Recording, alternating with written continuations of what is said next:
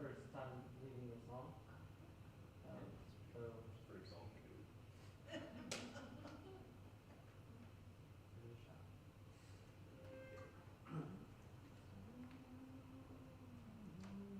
I bring my sins to thee, the sins I cannot count, that all may cleansed be in thy once open fount. I bring the Savior all to thee, the burden is too great for me, the burden is too great for me. I bring my grief to thee, the grief I cannot tell. No word shall need it be, thou knowest all so well. I bring the sorrow laid on me, O suffering Savior, all to thee, O suffering Savior, all to thee. My life I bring to thee, I would not be my own. O Savior, let me be thine, ever thine alone. My heart, my life, my all I bring to thee, my Savior and my King, to thee, my Savior and my King.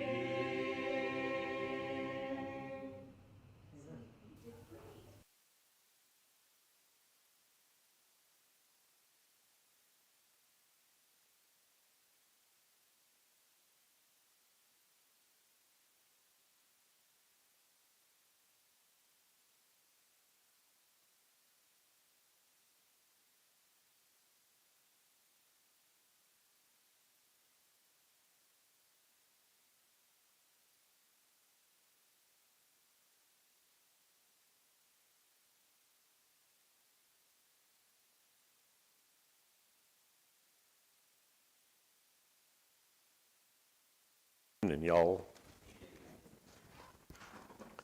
yes, I am from Texas, really am.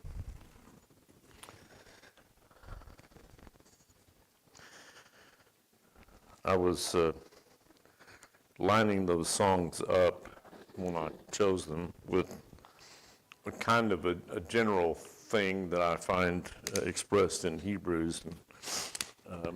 The first song had to do with having faith in God, that God is faithful to me and God will handle all these things well. What follows then is what the second song represents, and that is that I should be ready and willing to give him everything and not hold anything back. That was the run of thinking in the choosing of those songs to go. And I think that fits very well what we've been talking about from Hebrews. The faith discussion we had from chapter 11, two classes worth, I thought was very good.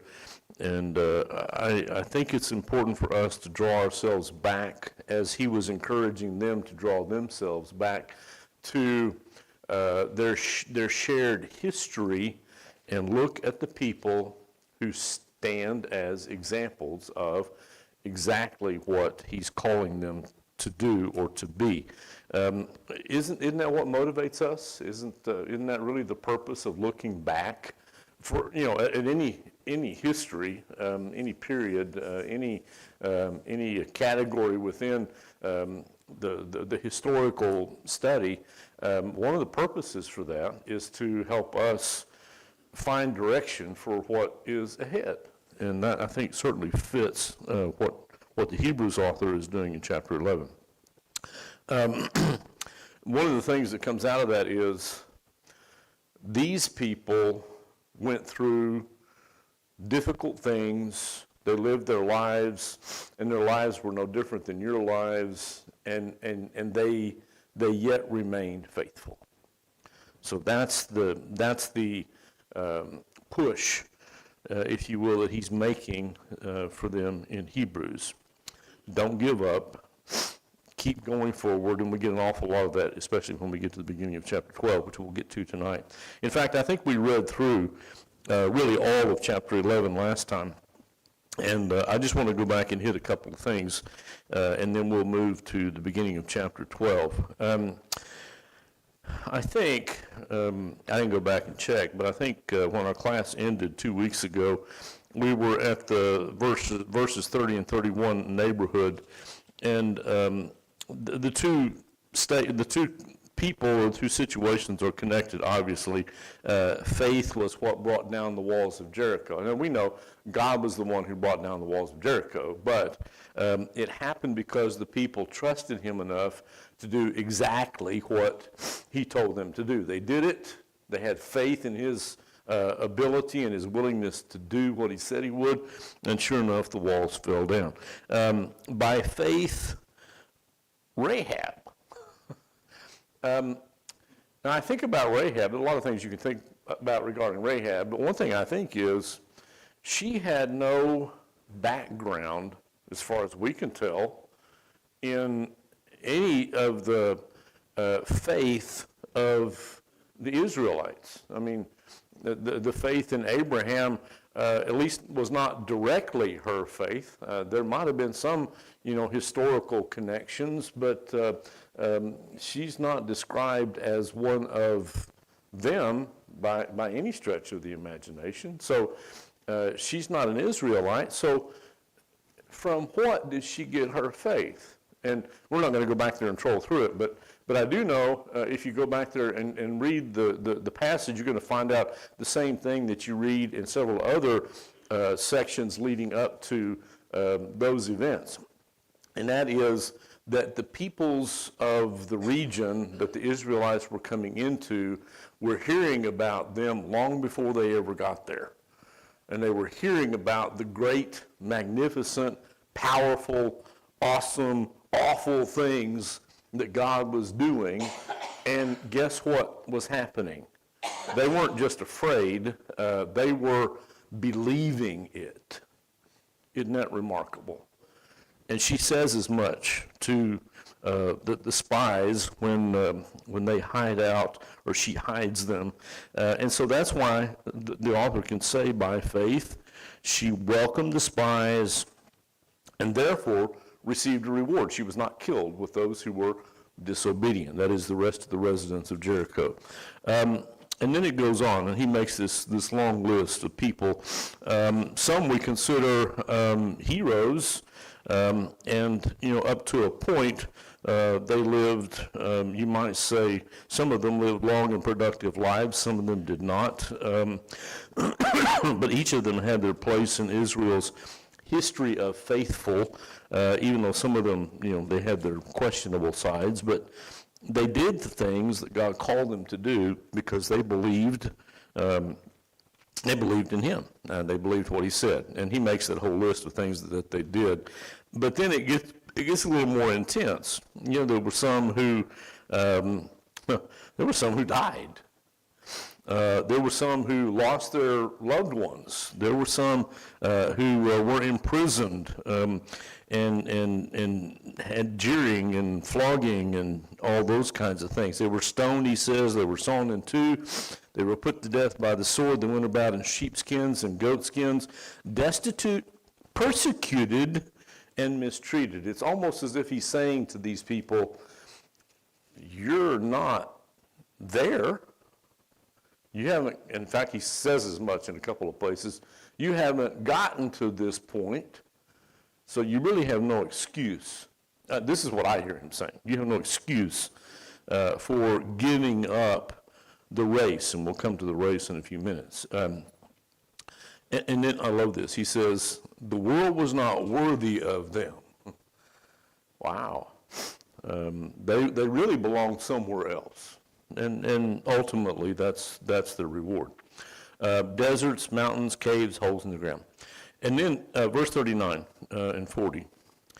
These were all commended for their faith, yet none of them received what had been promised. Wow.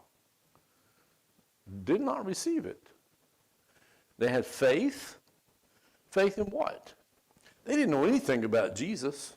I mean, maybe some understanding in some of the things that they'd been taught from Moses on down, that somebody better was coming, but they had no real clue what that was all about, I don't think.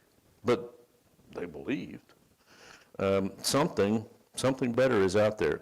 Certainly, they knew they had been promised something, we can call it heavenly, that was some kind of an expectation, even for the Israelites. They didn't see it, but they were committed for their faith. And then listen to verse 40. God had planned something better for whom?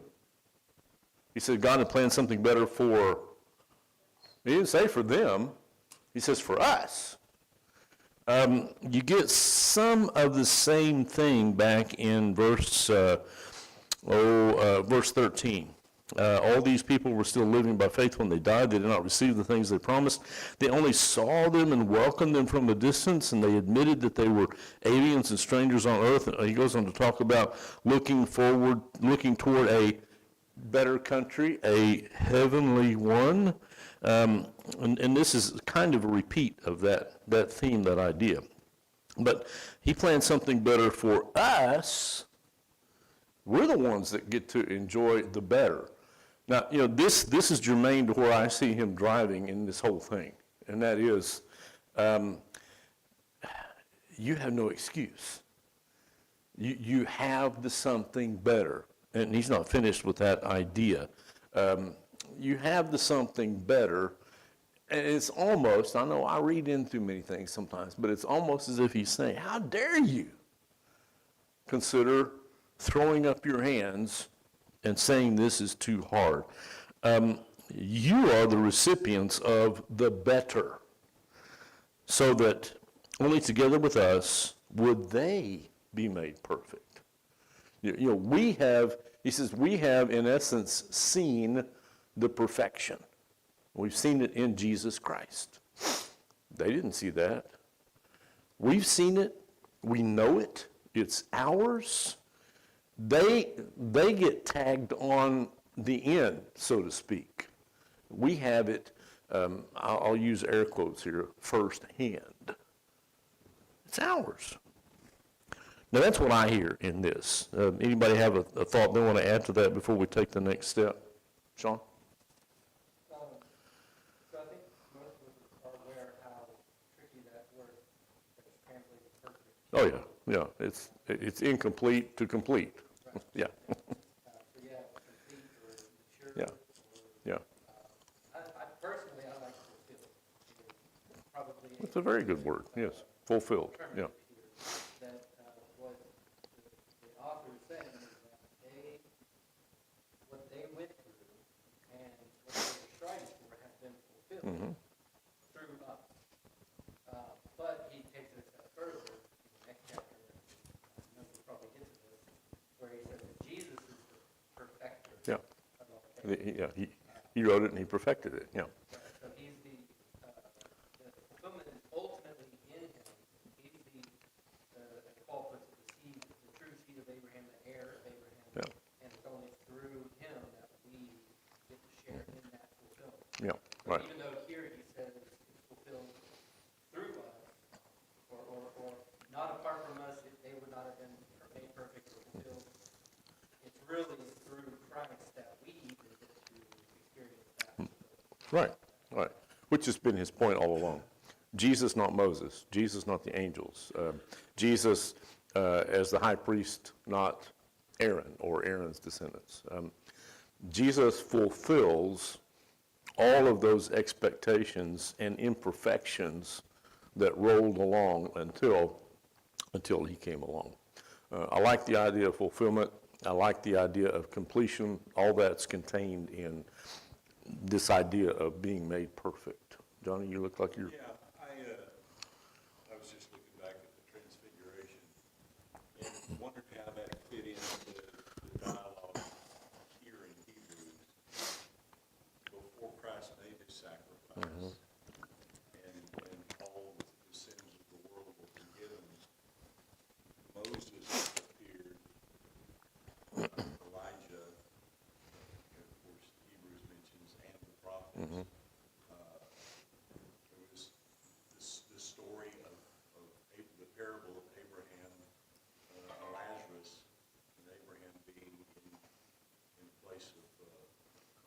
So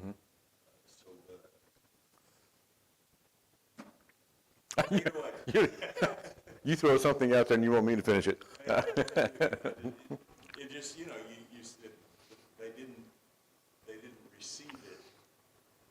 They didn't receive it, but it is constantly and consistently not just hinted at.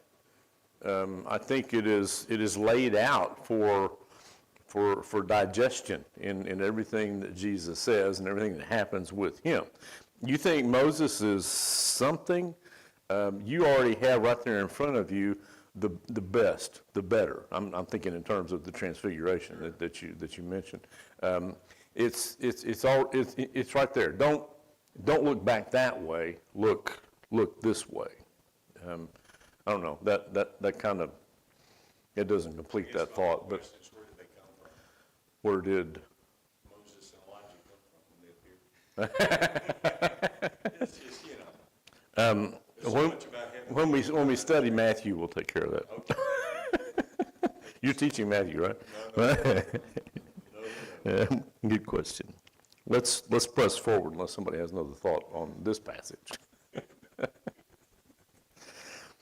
All right, now remember, chapter breaks didn't exist. Headings in between didn't exist, as helpful as they may be. And so here's a therefore.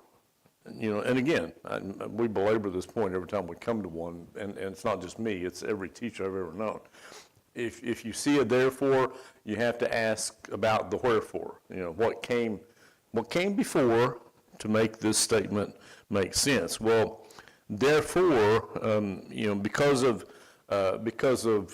all of these great examples of faithfulness, because of maybe more to the point, because of the perfection, Sean, that has come to us, but more perhaps also because of the people that he has just listed, the kinds of people he has just listed. He says, therefore, since we are surrounded by such a great cloud of witnesses. Now, I love this scene, and it's not hard to do with this what a lot of people do with this, and that's to put themselves in the stadium, surrounded by, the thousands of people cheering on the Olympic runners, and they're saying, go, go, go, you can do it, you can do it, you can reach the finish line, you can win this, keep going. But that's not really what it's about. A witness, if we track this back to the word behind witness, is the word martyr.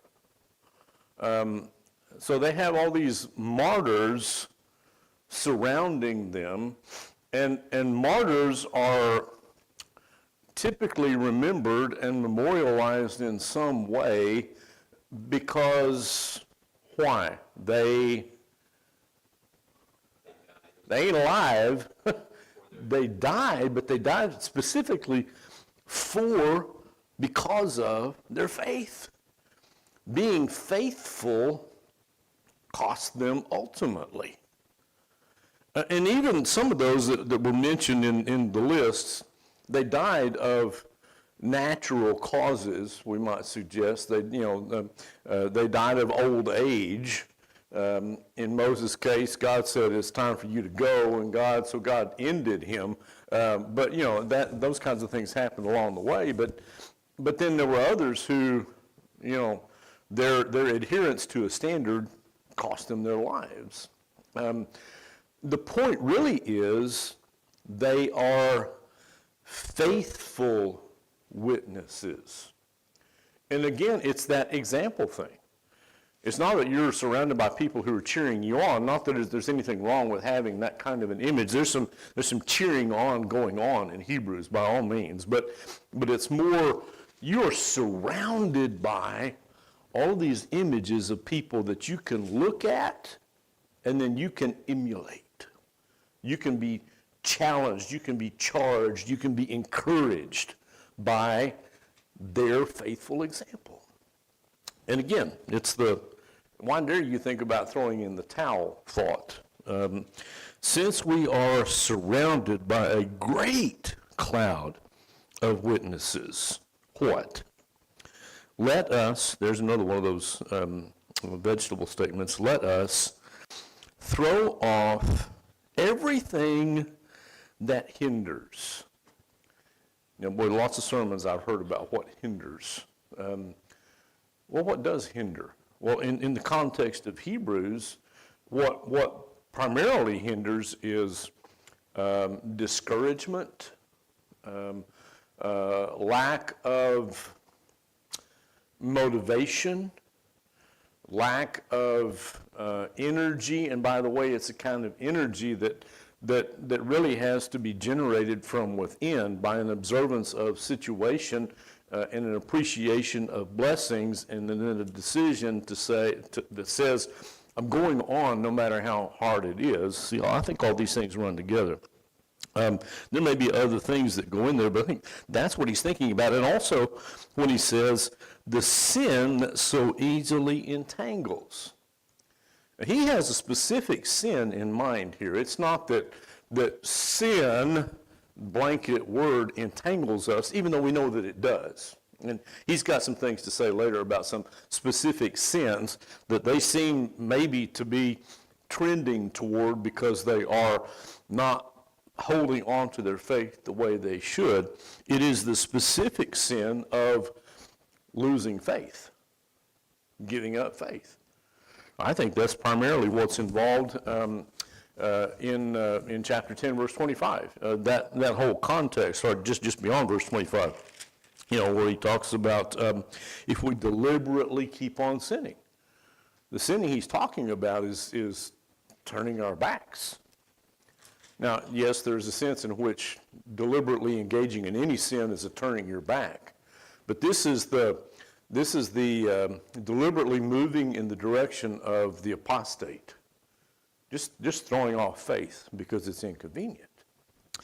So let us, get rid of the sin that so easily entangles. Now, look, if you want to read that in more generic terms as sin that entangles us, by all means. I don't think you can totally dismiss that idea, but I really think we need to keep thinking about what the Hebrews author is mainly concerned about. Let us throw it off, get rid of it. Why? Because it entangles us, and one might have an image here. He's coming to the whole runner thing. Somebody who's trying to make progress in a race or in a job, and they've got extra garments and clothing and rope and other things that they're just all wrapped up in and trying to move forward. And what happens? You're not going anywhere. You're going to fall. This is a recipe for falling that he's saying you need to cut yourself away from. And let us run. The Christian race is not something that is the Christian life is not something that is a passive, I'm going to wait and let things move me along. The Christian life is something that is to be actively moved into. It is to be pursued. Let us run with what? Perseverance. I'm telling you, that's what this book is about, all the way through, from kiver to kiver. It is about not giving up. And so here it is. To me, this is a huge summary of everything that he has been working up to toward this point. Now, I know we said beginning in chapter 10, verse 25, he turned, or before that a little bit, he turns from building an argument to the practical side, the so what, and that's true. There's some very so what-ish things in the last part of chapter 10, but he's been building his argument again as you go through chapter 11, and so he says, it's essentially, again, this is what you need to do. Don't quit. Run with perseverance the race marked out for us. The word order in the original is, and I didn't bring Lightfoot to read to you tonight, but he loves to belabor this point. It is the set before us race. In other words, it's not something that's behind. It's not something that's left aside somewhere. It is right in front of us, and it has been put there for us to engage, to move through. And put there by who? Well, God put it there. And he's got some things to say as we go on that build the why, I think, for that. Bobby, this kind of corresponds to Ephesians 2:10, where it says that God planned things in advance for us to do. Yeah, God planned things for us to do. Yeah, it's not that the works save us, to think back to some things he's talking about in that context. It is that because of the salvation, God gave us these things to do, to be a part of. Yeah, let us run with perseverance the set before us race. How do we do that? See, he always gets very practical. Well, when you run a race, you have a starting point and you have an ending point. Call it a finish line if you want. Call it a goal. Call it a direction. And having that gives us a direction, right? Well, let us fix our eyes where? Not tape pulled across the line that you get to break when you go through, though that's not totally inappropriate, but it's not a something, it's someone. Let us fix our eyes on Jesus. Well, Jesus is the ultimate cheerleader, right? He's the one there doing the most active and demonstrative cheering you on, right? Maybe, but that's not really what he's thinking about here. He says, you need to look at Jesus even more than all of these other people that I've just been telling you about. Why? For this. He is the, Sean, author and perfecter of our faith, yes. But how did he get to be the author and the perfecter? Well, think back everything you know New Testament-wise. He's the one who is God, that put on flesh, left his home, lived among us, lived a perfect life, and suffered and all these things. He wrote it, he fulfilled it as an example for us to look at. So look at him. The author and perfecter of our faith, and this is what really gets down to brass tacks for the context, who for the joy set before him. What kind of joy was set before him? Well, think about that, having left heaven and put on flesh and dwelt among us from John 1. What did he leave behind? Whew. It's unimaginable for us. And he knew what it was. So looking at it in the physical terms that we have to use for ourselves, he knew he was going back there if he finished the race. Who for the joy set before him endured the cross. I mean, we just went through the crucifixion scene on Sunday. Well, even the Sunday before, and then finished that up this past week. But what can you say about the nature of what happened to a person who was hung on a cross?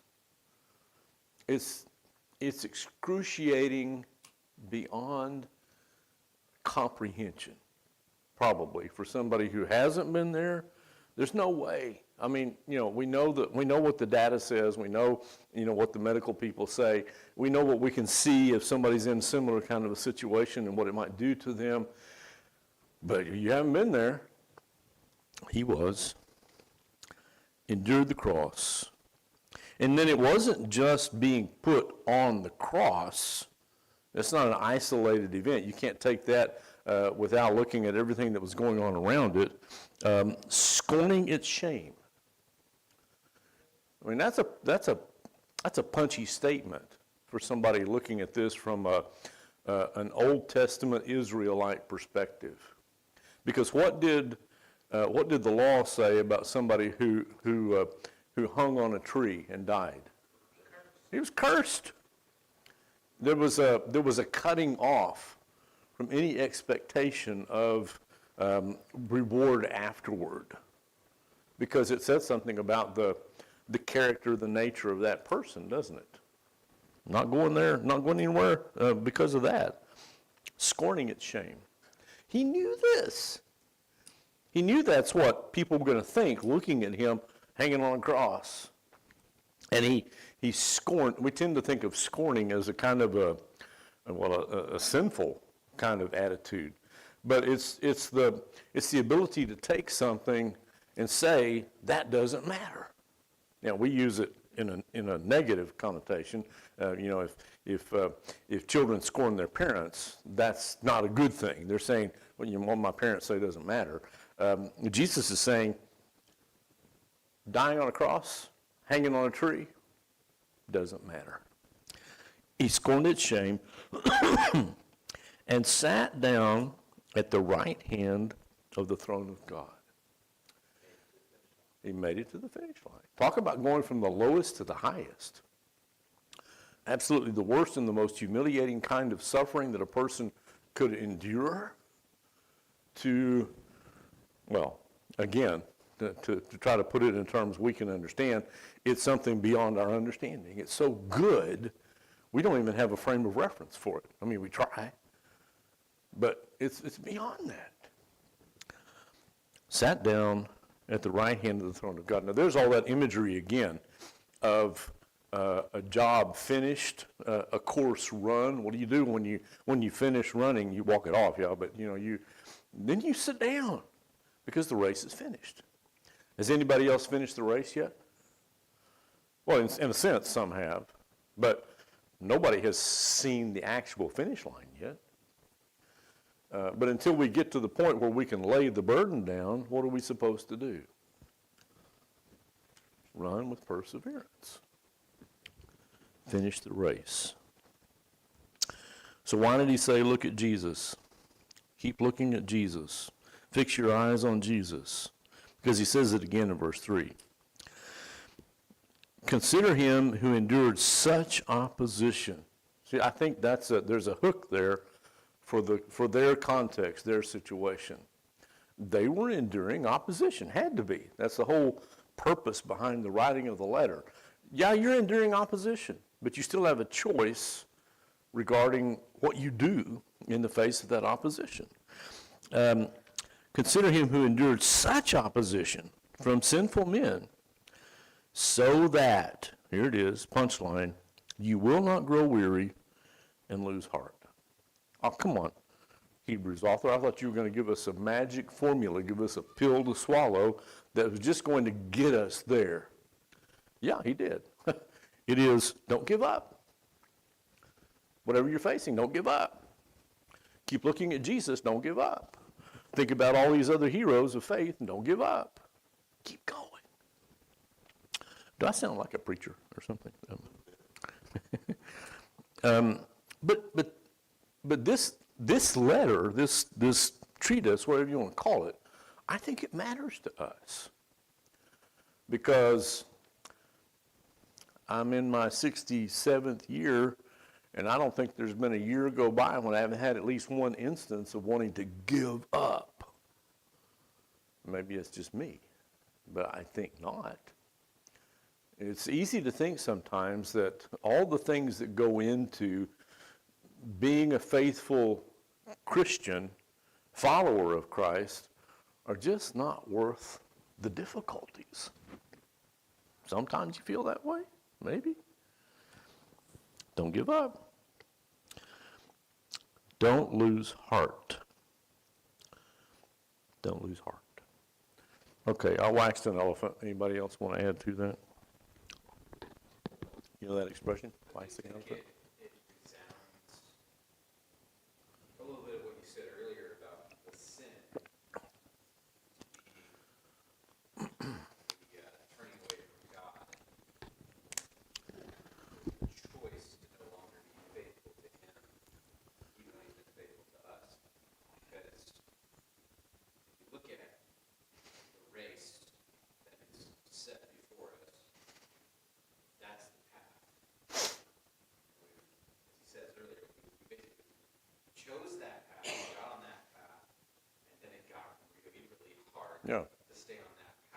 turned out there was some hills and rocks on that And path. some of the folks decided, you know what, I'm not so sure I want to be on that path anymore. And so that's where they stray away, they drift away, they pull away.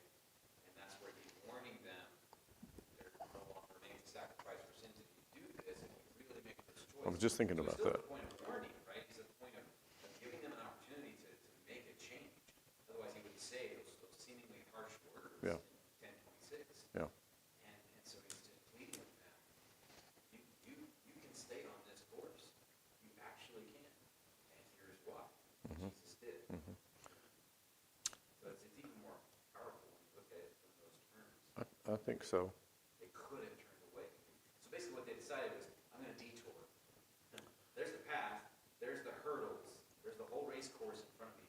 But I'm going to detour, I'm going to bypass it. Well, there's got to be a shortcut, you know. I mean, there's got to be a way around all this. Yeah. Yeah. And there's not.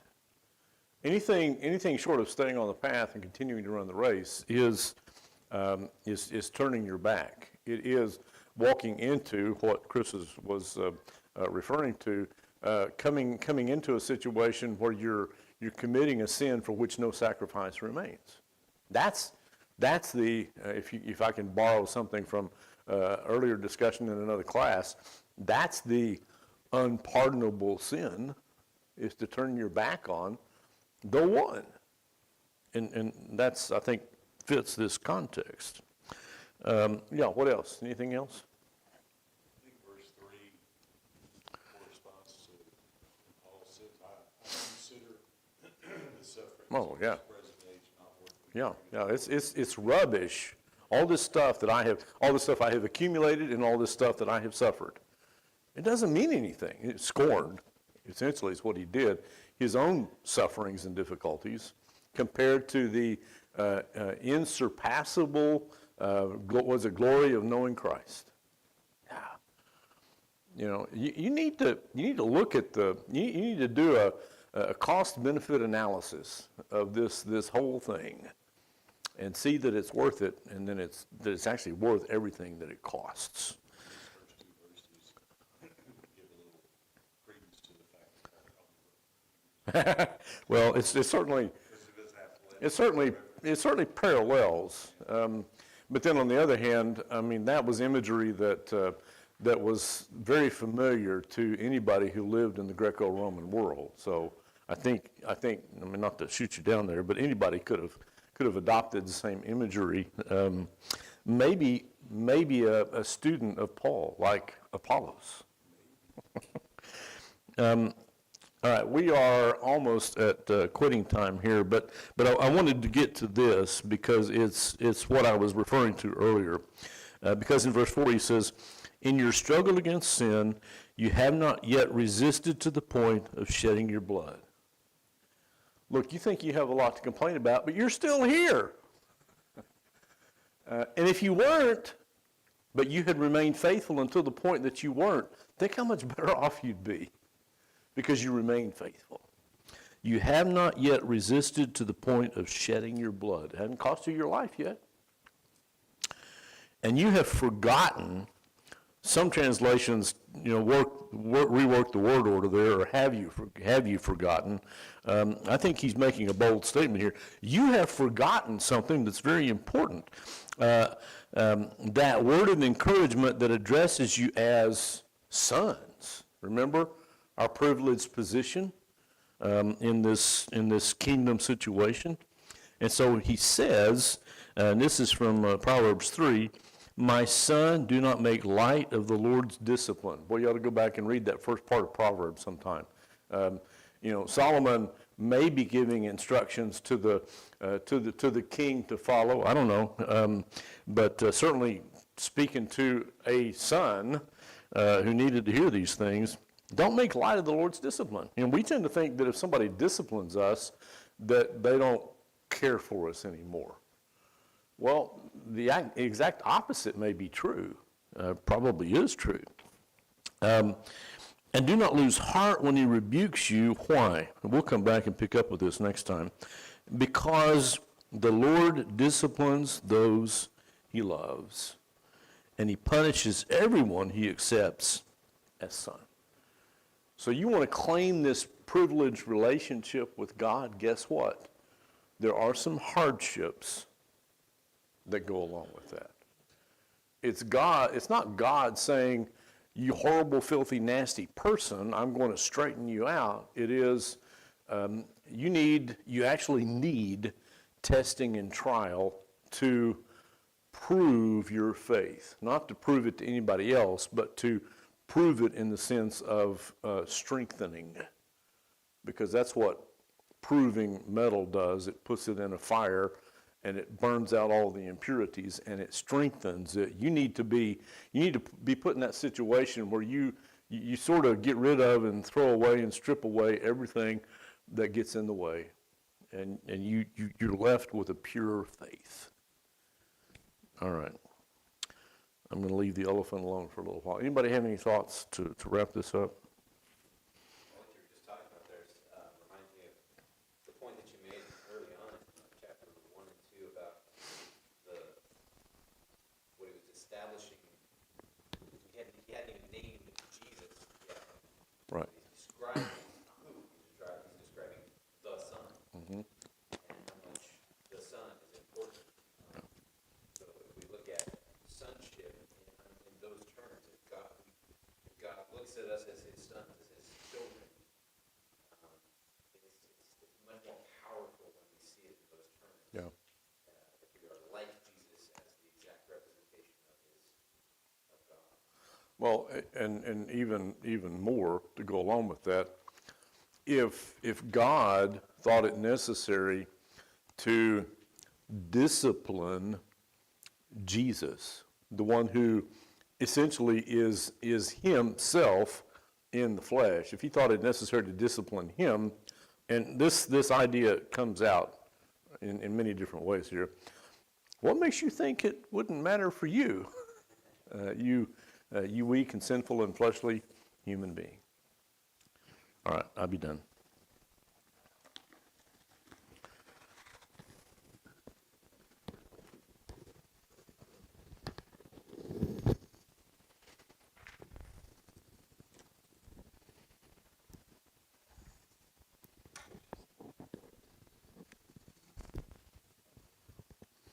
Rescue the perishing, care for the dying, snatch them in pity from sin and the grave. We mourn the erring one, lift up the fallen, tell them of Jesus the mighty to save. Rescue the perishing, care for the dying, Jesus is merciful, Jesus will save. Though they are slighting him, still he is waiting, patiently penitent child to receive. Plead with him earnestly, plead with him gently, he will forgive if they truly believe. Rescue the perishing, care for the dying, Jesus is merciful, Jesus will save. Down in the human heart, crushed by the tempter, feelings lie buried that grace can restore. Touched by a loving hand, wakened by kindness, chords that were broken will vibrate once more.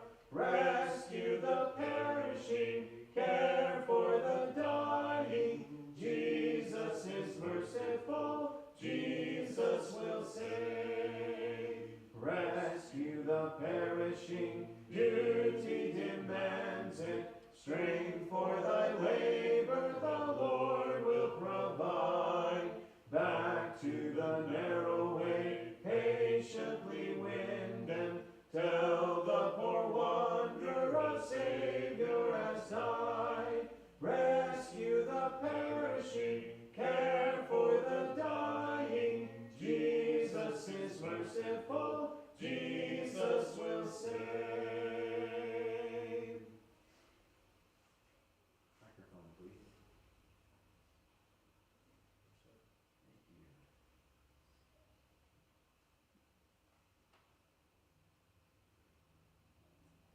fellowship meal coming up on Sunday. We were talking at our planning meeting about the possibility of doing themes for the fellowship meals, kind of help people plan. We're not there yet, so the theme for this fellowship meal is potluck, and bring whatever you got, you know. So this particular time we're not going to plan a theme, but maybe in the near future we'll be doing some of that, and that could be very helpful to you. December 7th, the Waco Winter Wonderland festival thing happens down there on, I think it's 4th Street and Austin Avenue. Is kind of the corner that it's on. But they set up the Christmas tree, and they've got some different wintry fun things and booths and all that. But they have a stage there, and there's usually some, some entertainment groups and whatnot. But last year, Kevin got us a chance to just get up there and sing. Sing the Christmas songs, the Christmas carols that everybody kind of thinks about, but especially for us from a spiritual standpoint. So it was fun. We enjoyed it and got to sort of represent our congregation and the church in general, and just an opportunity to say, hey, we're from this church, and we hope that you'll come be with us, and we love to sing. So we're doing that again, December 7th, 5 p.m. Hope that you can come to that and be a part of it. I know that we need to be in prayer for the family of Jeannie Dickerson. Continue to pray for Joe Bright and his recovery. Are there any others that we would like to add? Left my pencil. Okay. Yeah, please. A colleague of mine, whenever I was teaching in Asheville, and a parent of the students that I had, or a student that I had at Waco Christian, Suzanne Miller. Her husband, Darwin Miller, passed away. Was informed today by their daughter, Robin, and actually talked to Robin and their son Trey, who I had taught. It was not expected, but kind of expected. He had a fall about a couple of weeks ago, and no really cause for it, but he hadn't been the same since. He was on his way to the doctor to have him checked out and had a stroke, evidently, and passed away. Oh, shame. Yeah.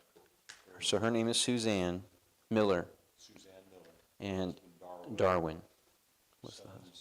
Son Trey and daughter Robin. Okay.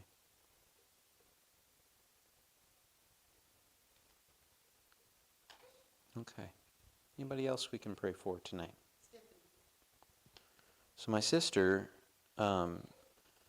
she's dealt with a lot of different kinds of pains and things, and for a long time, and some symptoms that we haven't really been able to figure out for a while, and a lot of inflammation in her body. And of course, Dr. Nancy has always had this sort of theory that maybe it was something that her sister has, which is fibromyalgia. And sure enough, Stephanie went and got a diagnosis of that at this point. So as difficult as that is to know for a fact, it's really nice to know for a fact that that's what she's dealing with. And so sort of a treatment plan and some changes that she can make to help her ease that struggle, because it is a daily struggle for her. So really would appreciate some prayers for my sister Stephanie. Anyone else? Oh yeah, I'm coming to you, Sarah. The other Sarah. Josh and Sarah are getting married this weekend. So I just put Josh Sarah wedding. Anyway, that works. We want that to go well. That's Sarah. Okay.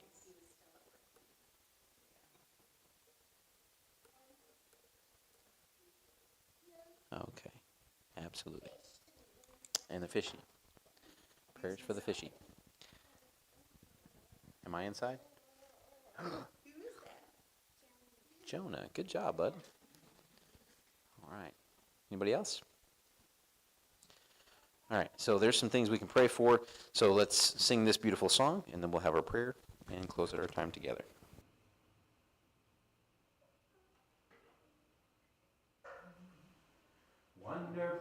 merciful Savior, precious Redeemer and friend. Who would have thought that a lamb could rescue the souls of men? Oh, you rescue the souls of men. You are the one that we praise. You are the one we adore. You give the healing and grace our hearts always hunger for. Oh, our hearts always hunger for. Counselor, comforter, keeper, Spirit we long to embrace.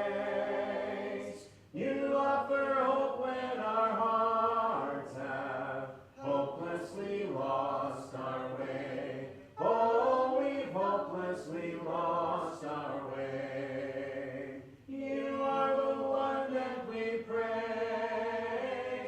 You are the one we adore. You give the healing and grace our hearts always hunger for. Oh, our hearts always hunger for. Almighty infinite Father, faithfully loving your own. Here in our weakness you find us, falling before your throne. Oh, we're falling before your throne. You are the one that we praise. You are the one we adore. You give the healing and grace our hearts always hunger for. Oh, our hearts always hunger for.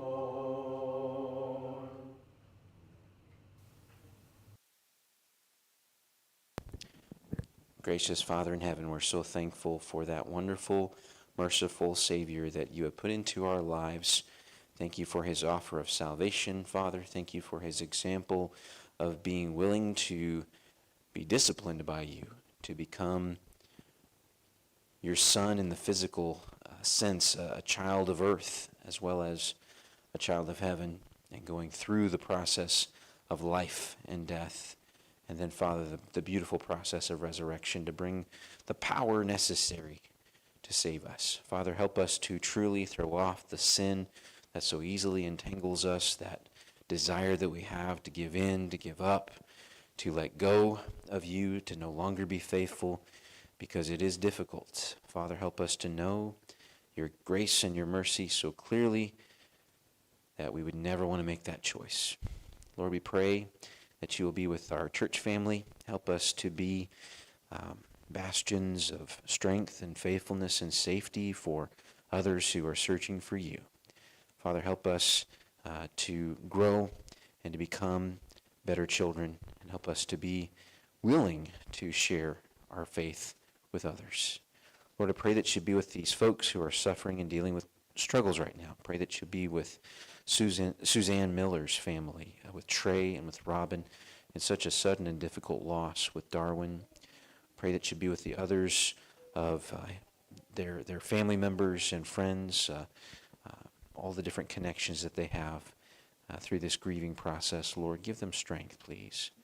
Thank you for giving Stephanie a diagnosis, a plan, a direction for the struggles that she's been having, the inflammation and the pain that's affecting her life. We just pray, Father, that you'll give her much easing in that department. Lord, I pray that you'll be with Josh and Sarah, our good friends, as they come upon this wedding ceremony this Saturday, that they will be able to make those vows with clarity of mind and heart and thought, and that, Father, you will guide them each step of the way. And Lord, I pray that you be with Dustin as he finishes up work this evening, that he'll make it home safely to his little family, and that you will bless them and give them all the love and safety that they need. Lord, we thank you for our time together. Please bless us with purpose and vision. Help us to see Jesus as the author and perfecter of our faith. In his name we pray. Amen.